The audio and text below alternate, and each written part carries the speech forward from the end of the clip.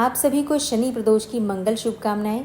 भगवान भोलेनाथ और माता पार्वती, भगवान शनिदेव की कृपा सदैव आप और आपके समस्त परिवार पर बनी रहे।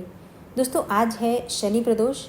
तो आज की वीडियो में आप सुनेंगे शनि प्रदोष व्रत की कथा और इसके साथ ही पूजा के शुभ मुहूर्त और पूजा विधि की भी संपूर्ण जानकारी आपसे शेयर करने वाली हूँ और कुछ बहुत ही अचूक उपाय भी शेयर करूँगी, इसलिए वीडियो को अंत तक जरूर देखिए। शनि प्रदोष की पौराणिक कथा के अनुसार प्राचीन समय की बात है। एक नगर में एक सेठ रहता था। नगर सेठ धन दौलत और वैभव से संपन्न था और अत्यंत दयालु था। उसके यहाँ से कभी भी कोई भी खाली हाथ नहीं लौटता था। वह सभी को जी भरकर दान दक्षिणा देता था, लेकिन दूसरों को सुखी देखने वाले सेठ और सेठानी स्वयं बहुत दुखी रहते थे और दुख का कारण था उनकी संतान का न होना। एक दिन उन्होंने तीर्थ यात्रा पर जाने का निश्चय किया और अपने काम काज सेवकों को सौंपकर चल पड़े। अभी वे नगर के बाहर ही निकले थे कि उन्हें एक विशाल वृक्ष के नीचे समाधि लगाए एक तेजस्वी साधु दिखाई पड़े। दोनों ने सोचा कि साधु महाराज से आशीर्वाद लेकर आगे की यात्रा शुरू की जाए। पति पत्नी दोनों समाधि लीन साधु के सामने हाथ जोड़कर बैठ गए और उनकी समाधि टूटने की प्रतीक्षा करने लगे। सुबह से शाम हो गई और शाम से फिर रात हो गई, लेकिन साधु जी की समाधि नहीं टूटी। मगर सेठ पति पत्नी धैर्यपूर्वक हाथ जोड़कर बैठे रहे।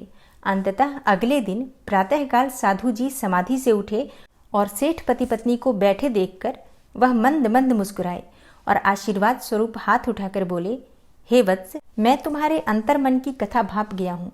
मैं तुम्हारे धैर्य और भक्ति भाव से अत्यंत प्रसन्न हूँ। साधु ने संतान प्राप्ति के लिए उन्हें शनि प्रदोष का व्रत करने को कहा। साधु ने कहा कि शिव पार्वती की पूजा शनि प्रदोष व्रत के दिन करने से और शनिदेव की पूजा करने से तुम्हें उत्तम और योग्य संतान की प्राप्ति होगी। साधु से आशीर्वाद पाकर और शनि प्रदोष की विधि जानकर सेठ सेठानी प्रसन्न मन से तीर्थ यात्रा की ओर निकल पड़े।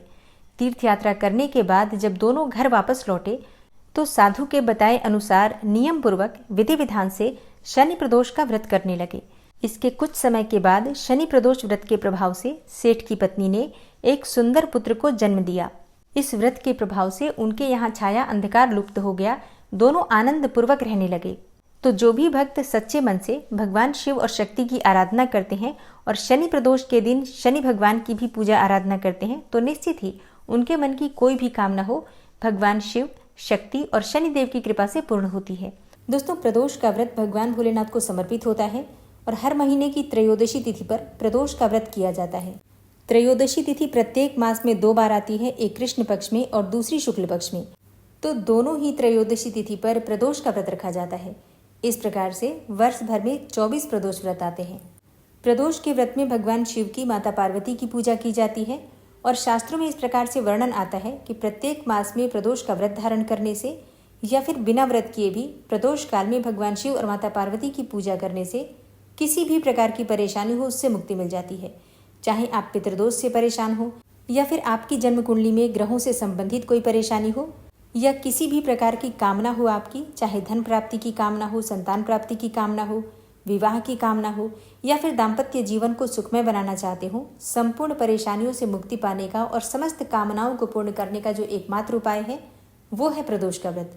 कहा जाता है कि इस व्रत को धारण करने से समस्त प्रकार के पाप, समस्त प्रकार के दोषों से मुक्ति मिल जाती है और भगवान भोलेनाथ की कृपा से जीवन सुखमय होता है, वंश की वृद्धि होती है, पति और पत्नी के रिश्ते मधुर होते हैं और रोग, ऋण और शत्रुओं से मुक्ति मिल जाती है।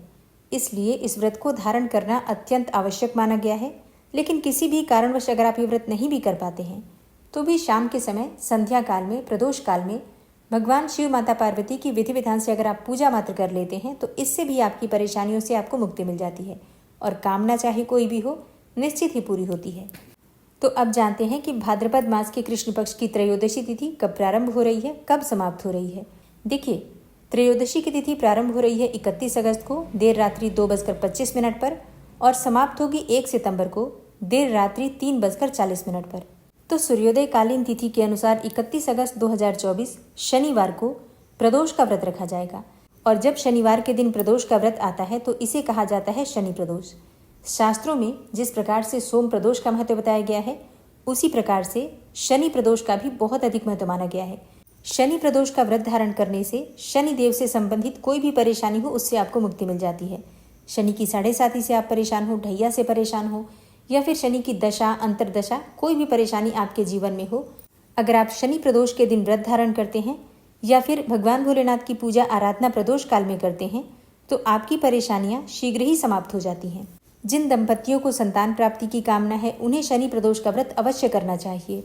और इसके अलावा अगर आप लंबी बीमारी से बहुत अधिक परेशान हैं या फिर घर में हमेशा कोई न कोई बीमार ही रहता है, आपके घर में वास्तु दोष हो या फिर पितृ दोष हो या फिर किए कराए तंत्र मंत्र का प्रभाव हो, इन समस्याओं से मुक्ति पाने के लिए भगवान शिव माता पार्वती की पूजा आपको प्रदोष काल में जरूर करनी चाहिए। अच्छा, जरूरी नहीं है कि आप व्रत धारण करें, बिना व्रत किए भी आप पूजा कर सकते हैं, ठीक है। तो अगर आप व्रत नहीं भी करते हैं तो भी शिव मंदिर जाकर भगवान शिव की पूजा कीजिए और मंदिर में दीप दान करके अपनी परेशानियों से मुक्ति पाने का उपाय भगवान शिव के समक्ष कीजिए। निश्चित ही आपकी परेशानी से आपको मुक्ति मिल जाएगी। उपाय क्या करना है? बस धूप दीप जलाकर भगवान शिव की पूजा करना है, दीप दान करना है, अक्षत बिल्वपत्र भांग धतूरा ये सभी चीज़ें भगवान शिव को अर्पित करेंगे और जलाभिषेक करेंगे। और शनि प्रदोष है तो आपको विशेष रूप से गंगा जल में तिल मिलाकर शिवलिंग का अभिषेक करना चाहिए। इससे पितरों की कृपा भी प्राप्त हो जाती है और शनिदेव की कृपा भी आपको प्राप्त हो जाती है। और अब बात करें कि प्रदोष काल की पूजा आपको कब करनी है, तो देखिए, प्रदोष काल की पूजा का शुभ मुहूर्त आपको प्राप्त होगा 31 अगस्त 2024 को शनिवार की शाम को संध्या काल में, शाम को 5:44 से रात्रि 8 बजे तक। इसी शुभ मुहूर्त में आपको भगवान शिव और माता पार्वती की विशेष रूप से पूजा आराधना करना है। इसके अलावा शनि प्रदोष है तो भगवान शिव माता पार्वती की पूजा के साथ ही शनिदेव की पूजा भी अत्यंत आवश्यक है। तो आसपास कोई शनि मंदिर है तो वहां जाकर शाम के समय दीपदान कीजिए। और अगर पीपल का वृक्ष है तो पीपल की जड़ में आपको जल अर्पित करना है, काले तिल अर्पित करना है और सुबह और शाम दोनों समय दीपदान अवश्य कीजिए। अगर आपकी कोई भी मनोकामना है और आप चाहते हैं कि बहुत शीघ्र पूर्ण हो जाए तो शनि प्रदोष के दिन आपको एक पीपल का पत्ता लेना है। पत्ता साफ सुथरा होना चाहिए, बिल्कुल भी कटा फटा या फिर टूटा हुआ नहीं होना चाहिए, शुद्ध पत्ता होना चाहिए। और इस पीपल के पत्ते पर आपको लिखना है ओम नमः शिवाय, सफ़ेद चंदन से या फिर पीले चंदन से भी लिख सकते हैं, कोई दिक्कत नहीं है। अब इस पत्ते पर आपको रखना है थोड़े से काले तिल और विधि विधान से भगवान शिव की पूजा करने के बाद आपको ये पीपल का पत्ता शिवलिंग पर अर्पित करना है। और फिर हाथ जोड़कर अपने मन की कामना को पूर्ण करने के लिए भगवान शिव से प्रार्थना कीजिए। सच्चे मन से की गई प्रार्थना से भगवान भोलेनाथ प्रसन्न होते हैं और भक्तों की समस्त मनोकामनाएं पूर्ण करते हैं। तो पूरे विश्वास के साथ इस उपाय को कीजिए, निश्चित ही आपको लाभ होगा। उम्मीद करती हूँ ये वीडियो आपके लिए उपयोगी होगी। मिलती हूँ मैं आपसे अगली वीडियो में, तब तक के लिए जय श्री राधे।